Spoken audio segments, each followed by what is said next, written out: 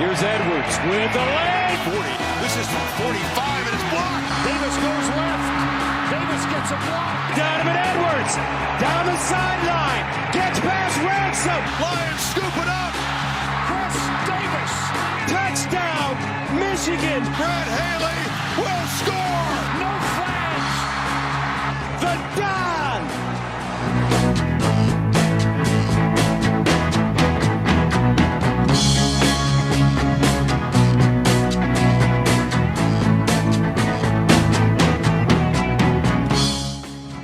Hey everybody, and welcome back to Ruling on the Field. Grayson Gifford here with Brady back. We have a lot to discuss from week 2. We have 2 huge games to cover, lots of under the radar teams to discuss, some statement wins from the last week. We have the state of 2 conferences, the Big Ten and the SEC, how they're doing. Do we have issues at Colorado? We want to talk about early Heisman leaders, top 10, and so much more. Also, if you're interested in wagering, we are also working on some promotionals that hopefully will be coming soon. We'll talk about those in future videos, but just stay tuned for those. So let's get into it. Last week, 2 big games. You had Michigan, Texas, Nebraska, Colorado. Michigan, Texas. Texas comes into Ann Arbor as a 6.5 point favorite, and absolutely obliterates Michigan in front of a home crowd. Brady, I know you were watching this game very closely. Let's hear what you saw from Texas and what we learned from Michigan this week. Yeah, I think Texas looked like the team that we thought they were going to be this year. Obviously, coming back off a playoff appearance, they're a few snaps away last year from making the national championship.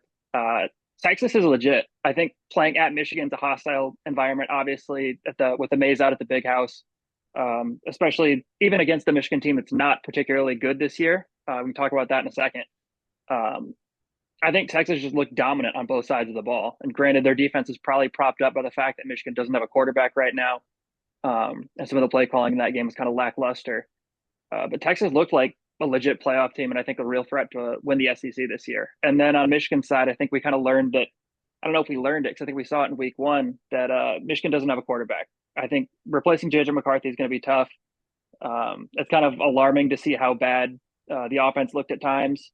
Even the run game just looked terrible. And I don't know. Season's not over yet for Michigan fans, but it certainly is not a happy spot to be in. It really is not, but there's some big takeaways from that game. I'll start with Texas as well. Texas is enormous. If I didn't watch football and I watched the 2 teams come out of the tunnel, Joel Klatt said this earlier. If you were to watch that Michigan team walk out of the tunnel and I was told that the boys in blue were going to beat up the guys in the white jerseys, bully them, and absolutely take them on physically, I would have said bullshit, right? Texas was the bigger team on paper. You might have said Michigan could have held it together. The experts said the same thing. But boy, the Texas offensive line did a great job of preventing Mason Graham and Kenneth Grant from getting to the quarterback and stopping the run game and stopping Quinn Ewers from feeling comfortable in the pocket. What Quinn Ewers did really impressed me this weekend. He was very good with his feet, great footwork. He was able to distribute the ball all over the field, and he made impressive decisions. Everything was first class. He was on top of his game, and he knew what he was doing and was not rattled by the environment. It was impressive to watch. He was very poised. So that's what I think about Texas. Very impressive win for them. Let's get to Michigan for me. For Michigan, nothing went right. I watched the first 2 plays of the game. I'm pretty sure you remember those. Felt a lot of hope there right off the bat, but after that, it was all Texas's game. I said last week that Davis Warren was going to have to play quarterback. Very good for Michigan to win this game. And after watching that, it might have taken a lot more than that. I don't remember Texas throwing at Will Johnson more than one time. That's a positive for Michigan. He's a great player. It's positive for his draft stock. But outside of that, what can you think that went right for Michigan? Well, Texas did a good job of attacking the other side of Michigan's secondary, which posed a big mismatch for Michigan or for Texas. and giving them a huge advantage over Michigan's secondary. That's why Quinn Ewers was able to comfortably attack Michigan's secondary. Also, Michigan's receivers dropped a lot of balls this weekend. Let's even get to their first round potential pick, Colston Loveland. Huge fumble on a drive that could have helped the Wolverines move along that resulted in a Texas touchdown. There was little mistakes along the way, but let's talk about the quarterback situation, Brady, here at Michigan. In the spring, we knew that Sharon Moore talked about not leaning into the transfer portal and sticking with his guys because it gave a little bit more hope to Michigan that there was something good going on with what they had. They did announce that Jaden Davis would be redshirting in the spring, so he would not be in the quarterback conversation for this fall. And at the end of it, it came down to Davis Warren and Alex Orji, and something is not going right. What do you think needs to change for Michigan at quarterback? Yeah, I don't know if there's any change that can be made now. I think Jaden Davis is probably the most talented guy in that quarterback room right now. Obviously, redshirting. From what I've heard, it's really his parents that really want him to redshirt. They don't want him to play this year. They want to like take another year to get experience, which is totally fine. Save him for the future seasons. I think this season's just finding a way to like win games with serviceable quarterback play. I think this kind of feels a lot like the Wilton Spate, John O'Korn Michigan teams, where it's like we're not going to be great throwing the ball. We'll maybe have to throw on like a 3rd and 5. But I think leaning on the run game is just what Michigan's going to have to do. And I get that. But as we saw with Michigan in the last few years, JJ McCarthy under center, they leaned on their run game heavily. But one of the things that made that run game so successful is how well JJ was able to command that offense. He made it dual threat. He made the right throws. He did not make mistakes. Michigan needs a good quarterback that can be dual threat and make the plays down the field so that they can actually open up that run game, which we have not seen really happen this year. Now, Jaden Davis, Sharon Moore last week after Michigan lost to Texas made it very clear that Jaden Davis is not in the plan to start at quarterback this season. He will not get those opportunities. They want him to redshirt. Is that the right thing for Michigan? Now let's talk recruiting a little bit. Jaden Davis, former 5-star quarterback, comes into Michigan. At one point, he was the #1 rated recruit in the entire 2024 class. So he commits to Michigan. Big commitment for them. Well, everybody thought maybe we should throw the freshman in. Well, we could develop him redshirt a year. Here's the issue with that. There's 2 more quarterbacks coming in the next class. If you've heard about Carter Smith out of Bishop Froat High School in Florida, 4-star quarterback, but trending up recruiting boards, could end up as a 5-star before that recruiting cycle ends. That's a big arm, big talent. They compare him a lot to JJ. I think he plays a little bit like Carson Beck after watching his tape a little bit.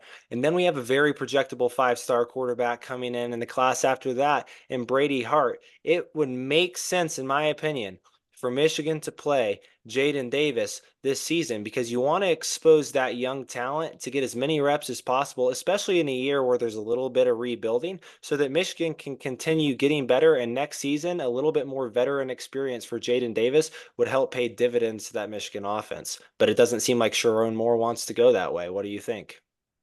Yeah, I think it's a tradition, a program culture thing. I think Michigan doesn't start freshman quarterbacks. I mean, in my lifetime, I don't think we ever started a freshman quarterback. It's just kind of how it is. You come in, you sit behind a guy for a year or two, and then you take over. And I think we saw it especially recently with JJ. Obviously, better than Cade McNamara.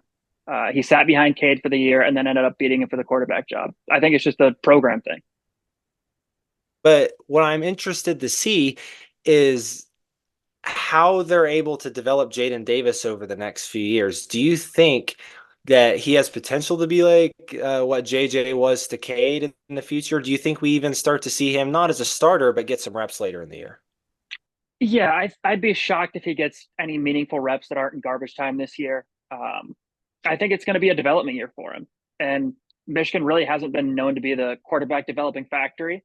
Kind of the biggest flaw of the program, but I don't know. I think it'll be just kind of sit and let him learn and get acclimated to the offense. Yeah. there's a lot to think about over the next upcoming weeks. So we'll get back into Michigan and see how that team starts to develop throughout the year, especially after a tough loss this weekend. Let's get into Nebraska and Colorado. I know you watched this game, had some interesting takes on it. We talked a little bit about it before. What did you take away from that game? Yeah, it's Matt Rule has done a fantastic job turning around Nebraska. And I said it last week too. I think Matt Rule's finally getting Nebraska to a spot where many Nebraska fans thought they'd be with Scott Frost. I thought Scott Frost was going to be awesome.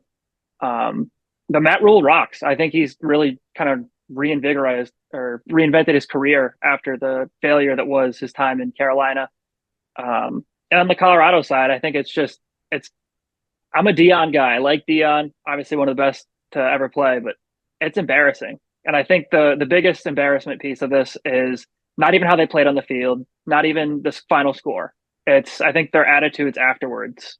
Shador leaving with 2 minutes left in the fourth quarter, and then in the press conference, asked about his offensive performance. I think his response was, "How many times did Rayola get touched, and how many times did I?" And that's, I mean, quarterback, you can't be having your quarterback blame it on other people. When's the last time that you saw a quarterback blame something on his other players throughout the year and end up being a championship caliber team? Can you remember one in our lifetime? I don't think a quarterback and a diva doesn't work. I think you can have a little diva at wide receiver because you need a guy that wants the ball, but I don't think having a diva at quarterback has ever worked. I'll talk about Nebraska and then I'll get back to Colorado. I completely agree with you. Matt Rule is doing all the right things in Nebraska. This team has potential to be something big in the Big Ten this year. If you look at their schedule, up until like mid-October when they play Ohio State, mid-late October, I really don't see them losing any games, do you?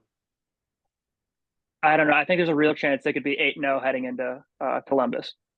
And, Dylan Raiola is legit.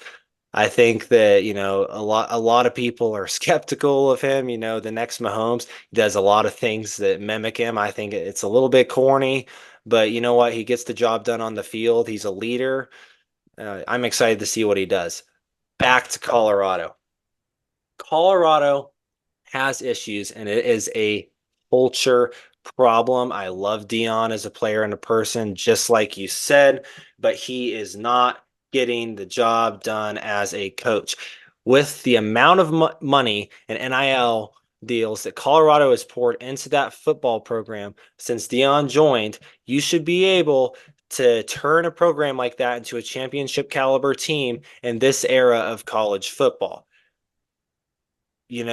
What's the issue then? Well, I don't have too much to say about it, and I don't want this to come off as a little bit derogatory towards what Dion is doing and, some people in that program. But it's the difference between winning programs and a program like that. Colorado is about it for the money, the chains, the NIL deals. He takes players that come from you know stressful childhoods, stressful backgrounds, and he tries his best to turn them into good men and teach them how to be good people, and there's lessons to learn along the way. If you look at a program like Alabama was under Nick Saban, he takes kids just like that, same background, same mentality, but it's a sink or swim team right there, right? Where you have to find your way or else you're never going to make it. And it's about we, not me. When you look at what Shadur Sanders is doing at Colorado, he's a me guy. It's all about himself. It's all about his chain, his watch. There's not a lot of good things going on at Colorado about championship football. It's all about clicks, likes, money, and things that don't win championships. Yeah, and to be fair to Dion here, I think comparing him to Nick Saban's obviously a little unfair. Um, and I don't think anybody was thinking championship per se. I think the goal for Colorado this year was win 6, 7 games and make a bowl game. I think that would be considered a success. I think if they did a 9 or 10 win season, I think would have been unheard of for them. I think the target's 6 or 7 wins, and at this rate, I don't know if they'll get there. The thing that I like to compare it a little bit to is Michigan. 2015, Jim Harbaugh comes in, right? 5-7 team the year before in 2014. lost a lot of players. What is next for that Wolverine team? Well, Jim Harbaugh comes in and turns that 5-7 team into a 10-2 team in his first year. I believe 10-2 or 9-3, one of those, right? But he did a very great job, and very quickly in 2016, they became a serious contender for the college football playoff. Now, this was before NIL, this was before paying players. Dion has all that money and all that opportunity to get the right players in and get the job done. I think it's a culture change that needs to happen at Colorado. Totally agree. And I think that's what Dion brought originally. Obviously, Colorado was I mean, you're from Colorado. I think nobody outside of the state cared about them as a national brand. And he brought that Nobody attention in did. that spotlight. Yeah, exactly. So he brought that attention in that spotlight, and now it's just finding a way to harness all of that energy around the program towards winning games. Yeah, I think something's got to change, and we'll see if Dion does anything about it and how they progress throughout the year. But I'm really concerned for that program and the direction that it is headed in. Totally. Let's get into some teams, that are under the radar this week. I think honestly, Michigan State's been really impressive. Obviously, first year head coach Jonathan Smith, first year quarterback Aiden Childs, also coming from Oregon State. I don't think anybody expected Michigan State to be awesome this year. I think their win total was like 5.5, 6, somewhere in there. Um, I thought I pegged the Maryland game as a loss for them. I think coming in, obviously, last second field goal, they looked good. I don't know that they'll compete with teams like Michigan or Nebraska or God knows they won't compete with Ohio State. But I think they're a lot better than what a lot of people thought they'd be this year. Yeah, I've been a little bit impressed with him. I knew Jonathan Smith coming in from Oregon State was going to do a great job. Aaron Childs, great quarterback, great potential. We'll see how they continue to do as the competition load continues to progress. They could be very good. They could disappoint, but so far, good start to the season for the Spartans. My two teams that I want to talk about are Arkansas and Arizona State. Arkansas had I don't know what their win total was. I believe it was 3.5, 4.5 this year. They play in the SEC, so typically a tough schedule, nothing easy.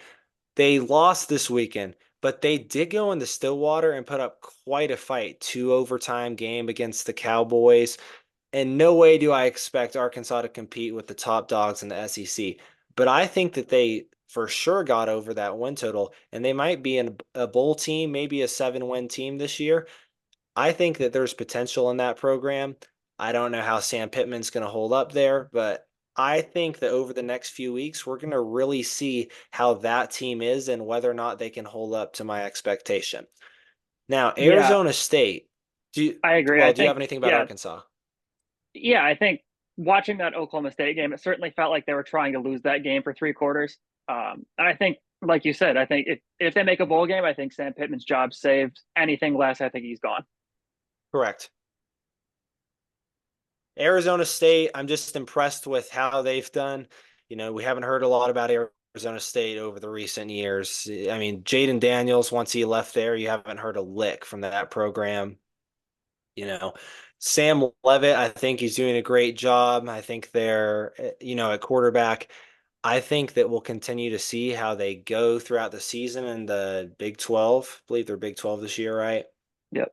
Um, I don't know much about them, but I've been watching them. They've been skunking teams. Except this weekend, it was a little tough against Mississippi State, but they got the job done. SEC team, though it is a bottom of the barrel team in that conference, Arizona State got the job done. And that's an improvement for a program that's been at the bottom of the Pac-12, which really was not good.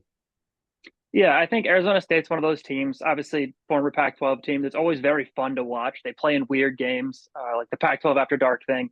Always fun to watch. I will say their uniforms this past week were god awful, but I think they're a fun team to watch. I don't think they're going to win the Big 12, but they're going to play in interesting, entertaining games. Absolutely. And I love watching teams that keep it interesting. I think Arizona State could do that and, maybe provide a shocking moment at some point this year.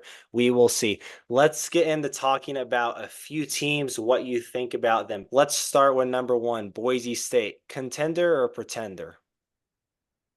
I'm going to say contender for the playoff, not for anything beyond the first round. I think they That's win what the I mean. Mountain Yep. West. Yeah, I think they'll win the Mountain West. I think they'll make the playoff. Ashton Janty's probably the best player in the country right now. Um, and we'll talk about it in a second, but he's my Heisman favorite right now. Uh, Yep. they're good. I don't think Oregon's as good as we had them in the offseason, but they looked awesome for 4 quarters. Tennessee, contender or pretender? I think contender. I think, like I said last week, I think Nico's one of the best quarterbacks in the country, if not the best. Their offense looks awesome. And they demolished NC State on Saturday. Last week you told me you had Tennessee in your top 5, and I said bullshit. I've never heard anybody say that. After watching that last game against NC State this weekend, man, you were right. I love what Nico's doing over there. He looks incredible. Good pick, by the way. Thank you. Tennessee just dismantled NC State. I think that team is an SEC contender this year. Definitely in my outlook to be in the playoffs. Excited to see what they do.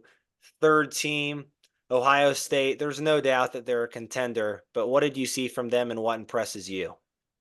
Yeah, contender, obviously. They're the second best team in the country. They're playing Western Michigan, who's going to be decent this year. I thought Western would put up more of a fight.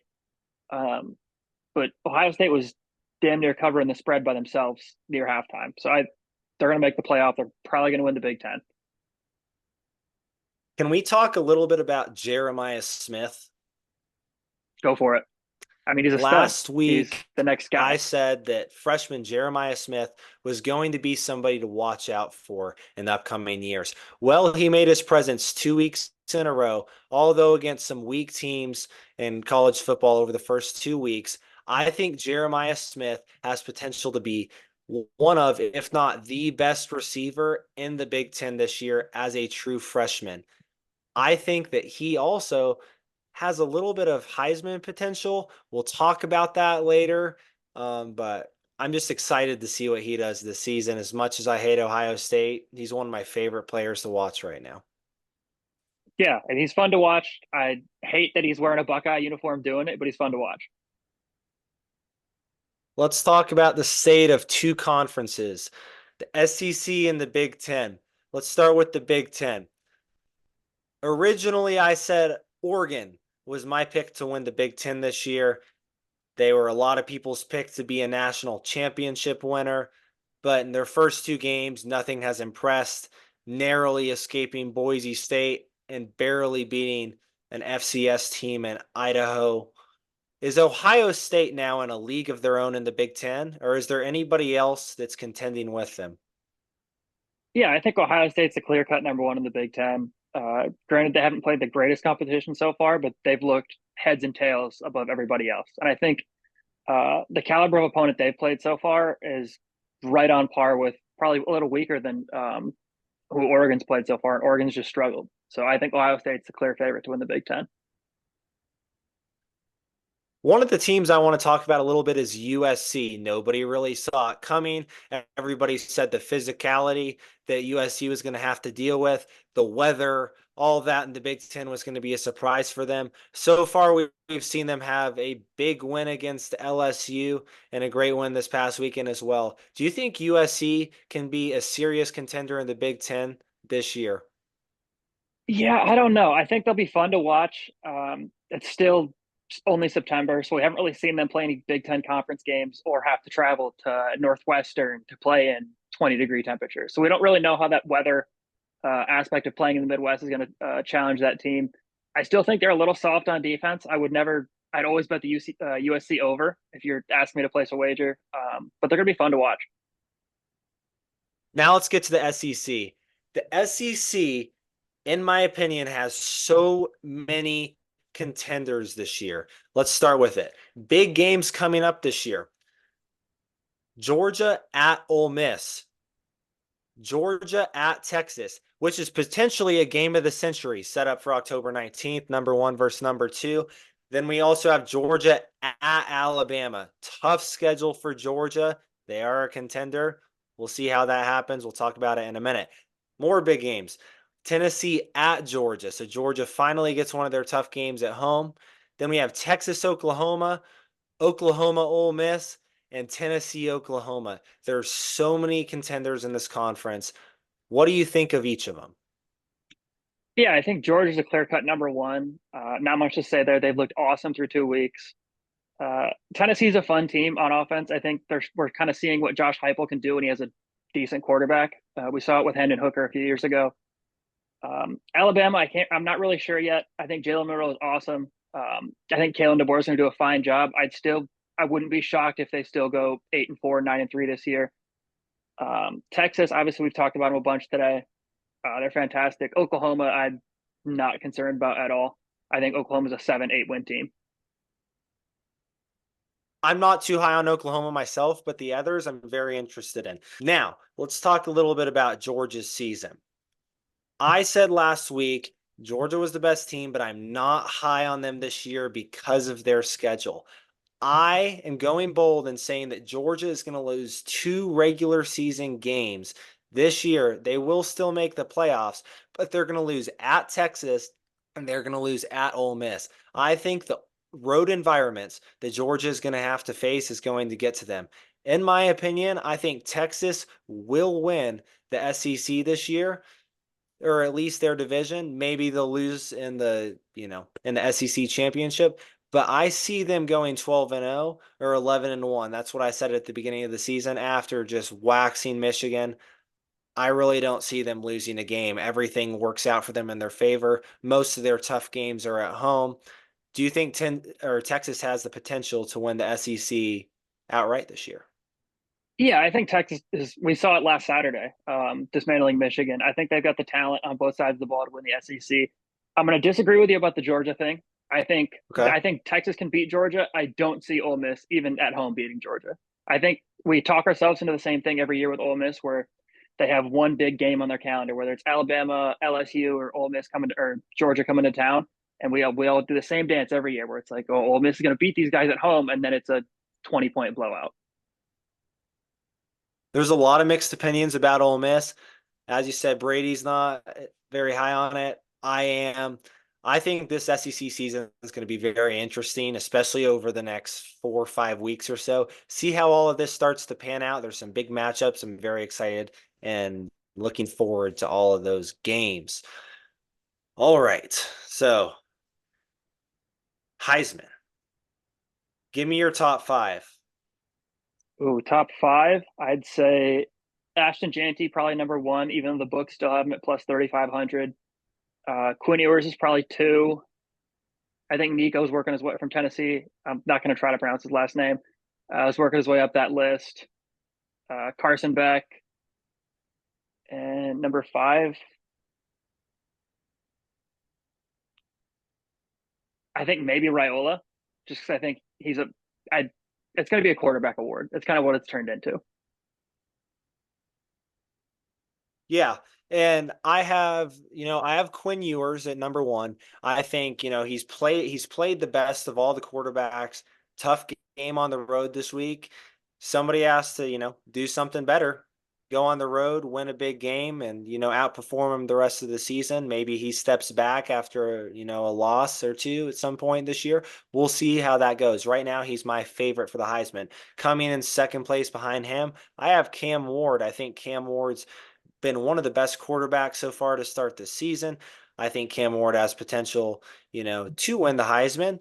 I'm very excited to continue watching him play. He's very poised, comfortable in the pocket, can extend plays on the run. Just very good quarterback. I think he has good potential there. Ashton Genty is my third, 9 touchdowns in 2 games. Incredible. Though he's playing in a weak conference, Mountain West, he's not a Power 5 guy. He has been one of the best players. We'll see how that continues to go throughout the season, but incredible start. He deserves to be top 3. Number 4, I have Carson Beck, for the exact reason everybody else has him up there. He's Carson Beck. He's doing great things at quarterback and leading one of the best teams in the country.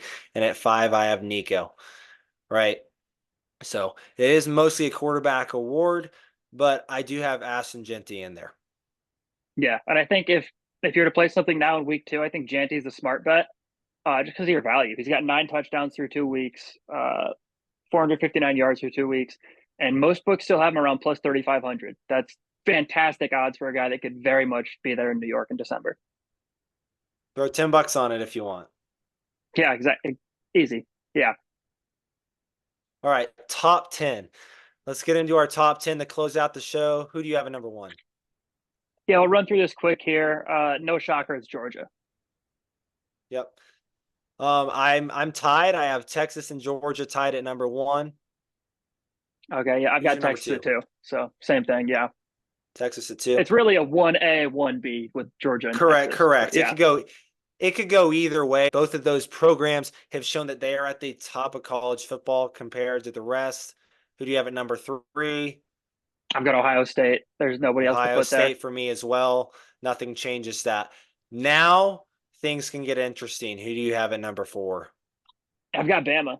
I think they're still going to be good this year, even though I think they're only going to win 8 or 9 games. I think they're still the fourth best team in the country right now. Number four, I have Miami. I think that they've looked like one of the best teams in the country and they deserve to be up there. Who do you have at number five? I've got Tennessee. I had them 5 last week. No movement. Obviously, big win, but top 5. I have Tennessee at five as well. I said bullshit last week, and man, they convinced me otherwise. They deserve to be up there. They are one of the best teams in the country. Number six, who do you got? I've got Ole Miss. I think Jackson Dart looks legit this year. Top 10 team in the country. I have Ole Miss as well. Jackson Dart, my pick to win the Heisman dark horse. Who do you have at number seven? I've got Miami. I think Cam Ward, like you said, obviously dark horse Heisman candidate. They're really fun to watch on both sides of the ball. I just need to see them play a real team that's not a 3 or 4 win Florida team. I have USC at number seven. A little bit of a jump for them, but Miller Moss has looked great, and they've looked like they've improved at least a little bit on defense, and it's good to see, especially from a team where that was their biggest concern last year after firing their defensive coordinator. I think that this is a big step for them. We'll continue to see how their season goes. They have a good test again, like Texas did against Michigan in the big house in 2 weeks. So, who do you have at Totally. number eight? I've got Missouri at 8. I think Luther Burden's the best wide receiver in the country. Obviously, Brady Cook's still there.